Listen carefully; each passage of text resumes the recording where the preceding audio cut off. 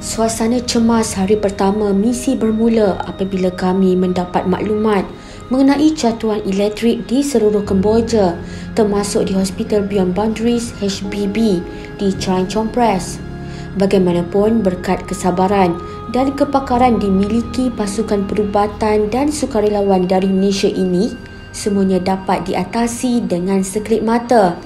Bergantung kepada set janakuasa, suasana Dewan Pembedahan di hospital kontena ini membabitkan 5 kanak-kanak menghidap hernia diselubungi kegelapan, hanya bertemankan cahaya lampu suluh dan satu lampu Dewan Bedah saja, namun semua kesusahan dapat diatasi.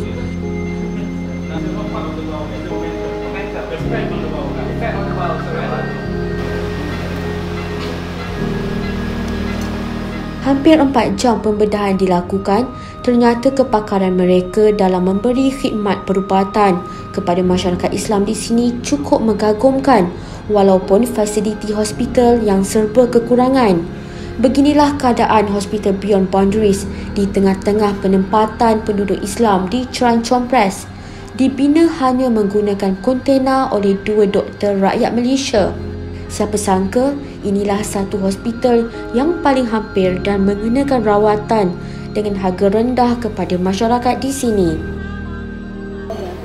Hernia ni sebenarnya adalah masalah apabila kita, kalau secara kasarnya kita boleh melihat ada benjolan di kawasan ari-ari. Kalau benjolan tu besar sangat mungkin sampai ke kawasan kantung saka. Okey, kalau nak cerita sebabnya panjang lah, tapi saya rasa secara dasarnya kalau nampak macam itu kita panggil angin pasang lah. Sebab kadang-kadang benjolan tu ada, kadang-kadang benjolan tu tak ada.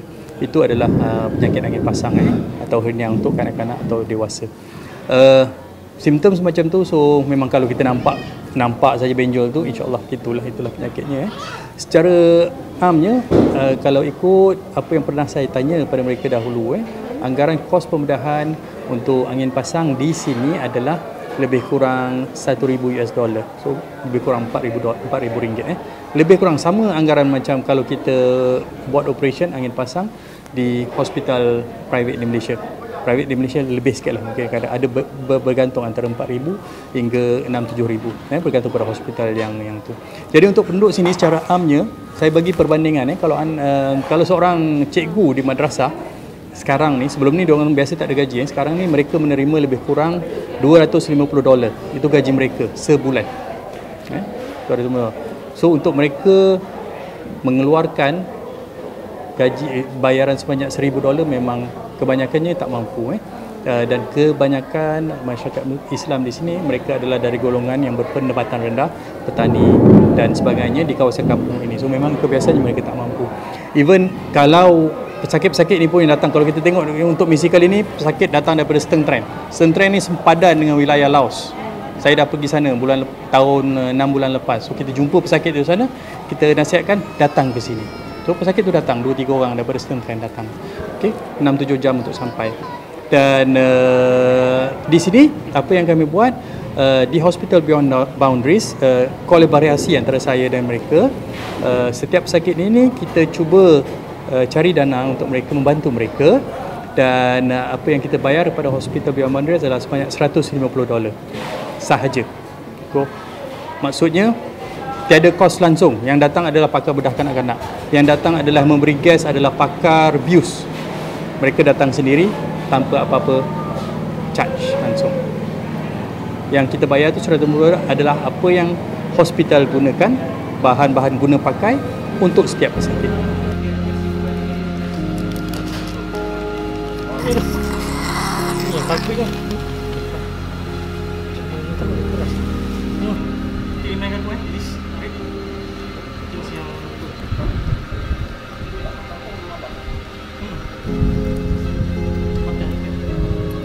Boleh minum. Minum boleh makan.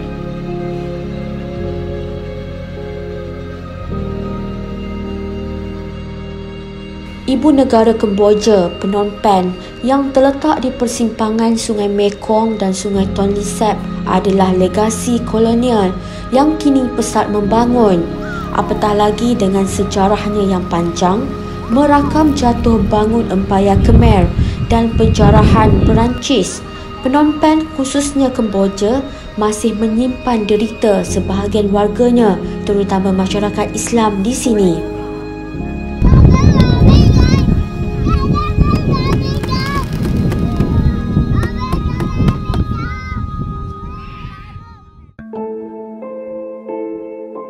Kami meneruskan lagi perjalanan di hari kedua menuju ke Kampung Cerditom, wilayah Tebong Kemung. Perjalanan memakan masa hampir 2 jam ini menggunakan bas agak mencabar dengan jalan penuh liku untuk tiba di penempatan Melayu Champa di sini.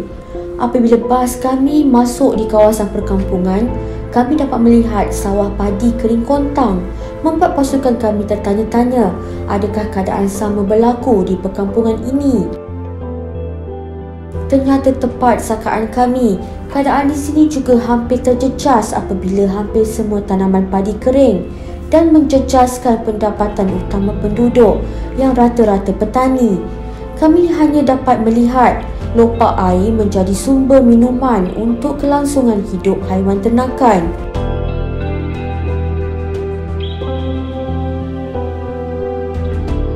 Kami disambut pelajar Madrasah Khairul Ummah yang sememangnya menunggu kedatangan kami di sini bersama 64 kanak-kanak yang bakal dikhatamkan ditemani ibu dan bapa masing-masing.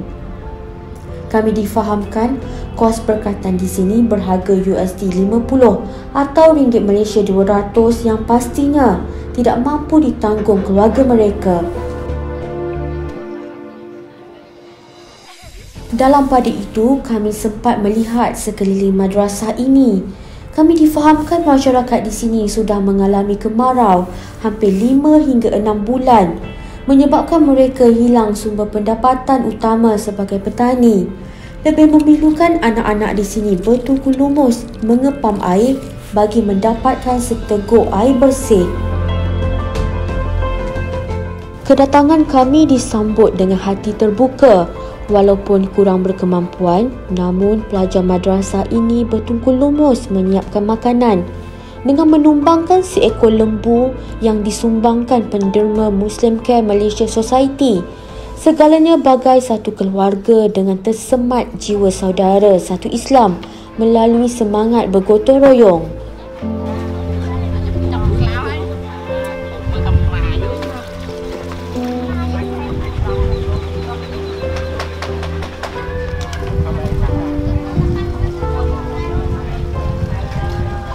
Cuaca panas terik mula terasa bagi pasukan perubatan dan sukarelawan. Cuaca di sini mampu meningkat hingga 35 darjah Celsius.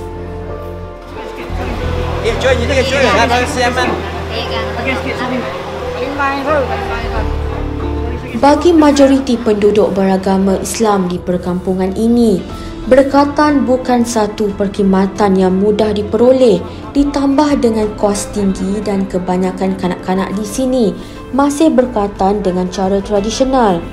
Sebaik mendengar perkhidmatan ditawarkan pasukan perubatan Malaysia ini, majoriti penduduk tidak melepaskan peluang mendaftarkan anak mereka untuk berkatan. Bagi mereka, perkhidmatan berkatan di perkampungan ini masih menggunakan cara lama yang menyakitkan serta menakutkan kanak-kanak berbanding teknologi yang dibawa dari Malaysia yang menggunakan perubatan moden selain menggunakan ubat bios. Sekarang ini Muslim Care Malaysia berada di Kemboja. Ini salah satu aktiviti di luar negara. Motto kami ialah bantuan kemanusiaan merantasi sempadan. Jadi di Kemboja ni kita ada buat program dui tahunan yang mana kita bersama dengan sekumpulan doktor-doktor pakar dari Malaysia yang sedia menyediakan khidmat kepakaran mereka dan mereka memberikan khidmat-khidmat perubatan secara percuma kepada sebahagian rakyat Kemboja yang underprivileged, yang tidak berkemampuan dan dalam keadaan fakir miskin. Dan pada hari ini kita ada membuat beberapa aktiviti. Antara satu ialah program sunat. Kita memberi khatan kepada lebih kurang 120 orang pada masa 2 hari, dan hari ini je kita akan menyiapkan program khatan ini dalam untuk 65 orang. Dan bersama kami ada lebih kurang 10 atau 12 orang sukarelawan, iaitu lebih kurang 8 doktor dan 4 pembantu perubatan Dan sebelum itu juga kita ada program bantuan kepada fakir miskin. Antaranya kita beri bantuan makanan dan juga pakaian kepada sebahagian mereka. Bantuan ini dipahamkan diberikan kepada lebih kurang 200 penduduk miskin di Kemboja ini.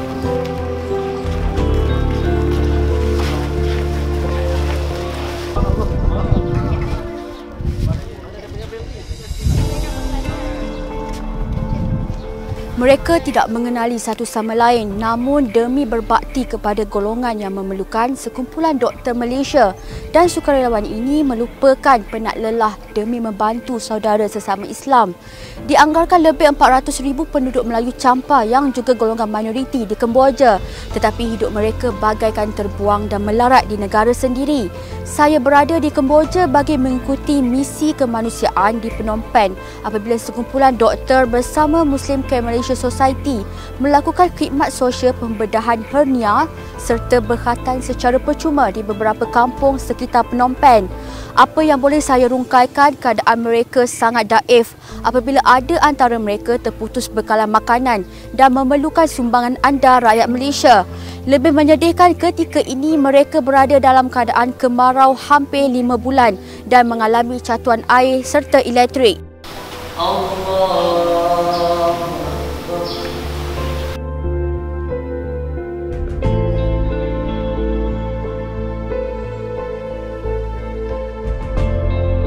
Inilah ujian yang perlu kami tempuhi sepanjang hari ini.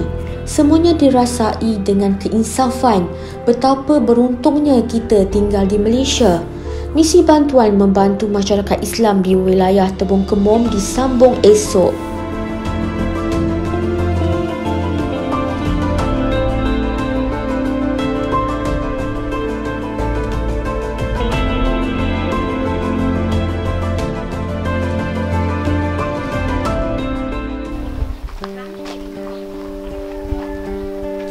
Hari ini destinasi terakhir kami menuju ke kampung Songkom Temeh, wilayah Tebong Kemom. Perjalanan sejauh 136 km dari bandar Phnom Penh. Kami berasa teruja melihat keunikan reka bentuk rumah mereka yang masih mengekalkan ciri-ciri Melayu bersulamkan nilai Islam. Dengan terbinanya masjid di sini walaupun mereka golongan minoriti di bumi sendiri. Sebaik tiba di perkampungan ini, kami cukup terharu hingga mampu menitiskan air mata melihat sambutan meriah daripada masyarakat Islam di Madrasah Islahiyah, terutama kanak-kanak. Ternyata kedatangan kami memberi mereka harapan baru.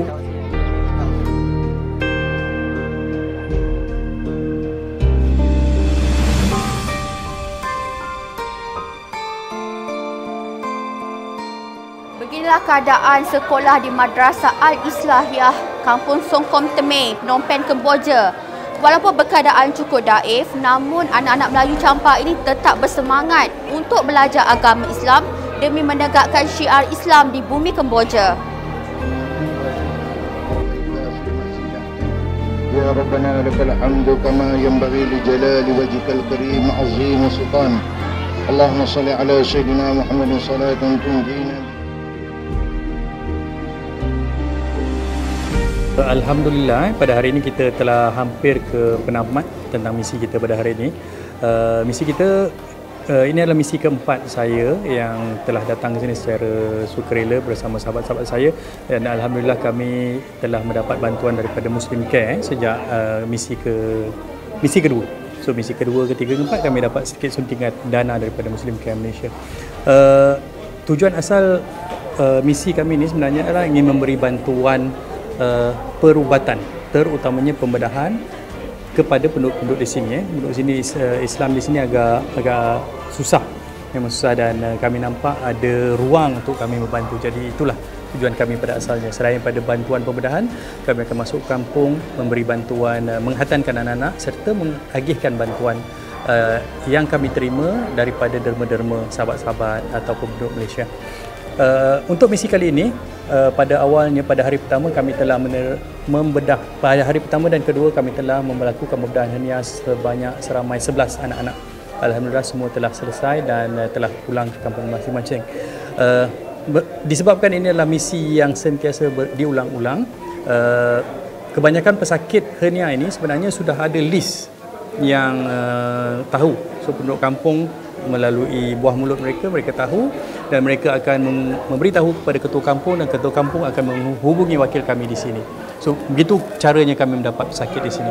So alhamdulillah 11, kalau ikut misi pertama, kedua, ketiga, saya rasa secara keseluruhannya mungkin hampir 30 atau 40 anak-anak telah kami bedah untuk penyakit angin pasang ini di Hospital Beyond Boundaries.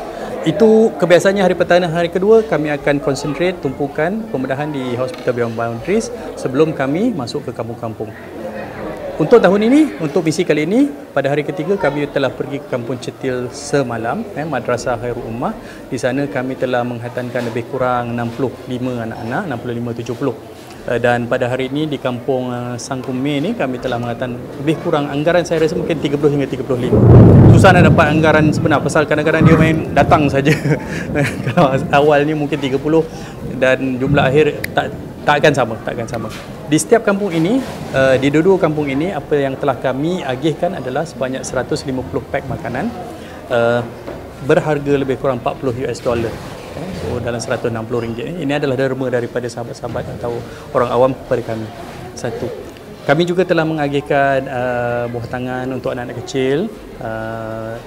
Untuk sukarelawan, sebenarnya sebelum datang misi ni, kami telah melatih mereka main belon. Kalau nampak belon sepa-sepa tu, dia orang datang kelas, satu kelas kita ajar 3 jam solid macam mana nak buat belon untuk liftkan mood anak-anak semua.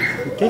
Dan selain itu kami juga telah membina, alhamdulillah sambutan kali ini sangat menggalakkan sebenarnya. 30 pam air 24 telah dibina, lagi 6 dalam proses. So 24 tu memang dah siap. Ada yang sempat kami pergi, ada yang tak sempat pasal kedudukan telaga air tu agak dalam dan ceruk juga. So tak semua yang kami akan sempat, tapi memang ia telah dibina. Telaga air ni berharga lebih kurang RM1,500. So telaga air sudah, pack makanan sudah, dan selebihnya adalah apa-apa sukarelawan yang telah bawa secara sukarela telah mengagihkan kepada penduduk setempat.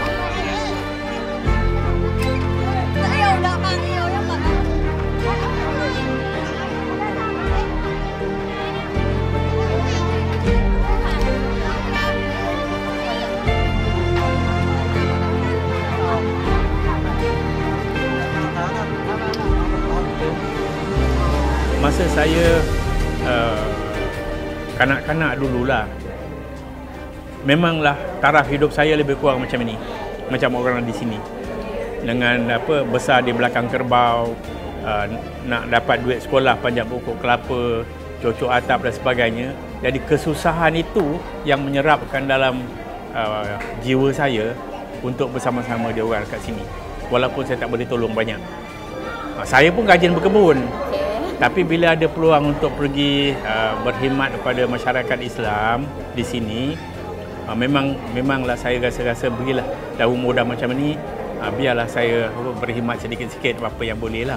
Kali pertama saya datang kemari tu, apabila saya tengok masyarakat di sini terlalu daif, dan bila kita sampai di kampung masing-masing tu, masing-masing datang sambut kita dengan begitu meriah. Kali pertama lah orang tua melelehkan air mata. Jadi lepas daripada tu, saya fikir-fikir, oleh kerana hidup kita dekat Malaysia ni jauh dah lebih baik, sumbangkanlah sikit apa-apa yang kita ada untuk menolong dia orang tu lah. Itu menyebabkan saya rasa dalam keadaan kesihatan yang macam ni pun, walaupun dah berumur 74, masih lagi saya boleh berkhidmat lah untuk keluarga Islam. Di sini saya dapat melihat lain daripada, of course, daripada negara sendiri dan juga negara yang lain yang saya pernah pergi. Di sini keadaan Muslim dia kebanyakannya duduk terpencil. Jadi kebanyakannya orang-orang yang terpencil di sini untuk mendapatkan rawatan perubatan di luar bandar tu, untuk ke bandar tu memang sangat-sangat susah. Pengalaman yang paling yang saya mungkin tak boleh lupakan ialah masalah orang kata lack of facilities lah. Fasiliti yang agak-agak kurang, yang apa yang kami boleh buat kita buat. Seperti akhirnya seperti meja tu kita jadikan katil, sumber-sumber elektrik tu kita gunakan generator, yang kadang-kadang generator pun ada yang berfungsi, ada yang tak berfungsi. Dari segi lampu cahaya untuk pembedahan kecil pun kita kadang-kadang kita perlukan cahaya daripada tingkap luar, kita perlukan tunggu cahaya matahari yang betul-betul baik lah untuk memulakan prosedur. Jadi itu antara halangan yang orang kata mencabar, tapi yang itu yang kita akan belajar untuk masa-masa depan. Apa yang kita buat semua ni, satu adalah kerana lillahi ta'ala. Lillahi ta'ala. Apa yang kita buat, apa yang kita dapat sebenarnya, apa yang penting apa yang kita sumbangkan yang pada masyarakat lah. Bukan apa yang saya dapat, tapi apa yang kita sumbangkan kepada masyarakat, apa yang mampu. Walaupun pendek 5 hari, kita cuba saya upaya. Selagi ada tenaga, kudrat dan masa, kita akan cuba insyaAllah.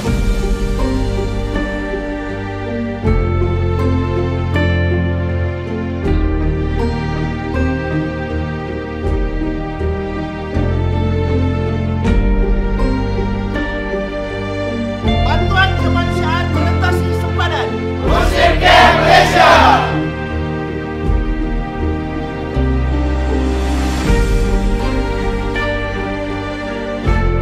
Begitulah suka duka yang kami lalui sepanjang 4 hari misi bersama Muslim Care Malaysia Society dan doktor perubatan yang bertukar lumus demi membantu saudara Islam di Kemboja ini. Apa yang dapat saya simpulkan, keadaan mereka sangat daif hingga meruntun jiwa kami. Bagaimanapun, etnik Melayu Champa di sini berterima kasih dengan rakyat Malaysia yang sangat prihatin dengan nasib mereka. Teruskan menyumbang untuk mereka bersama Muslim Care Malaysia Society.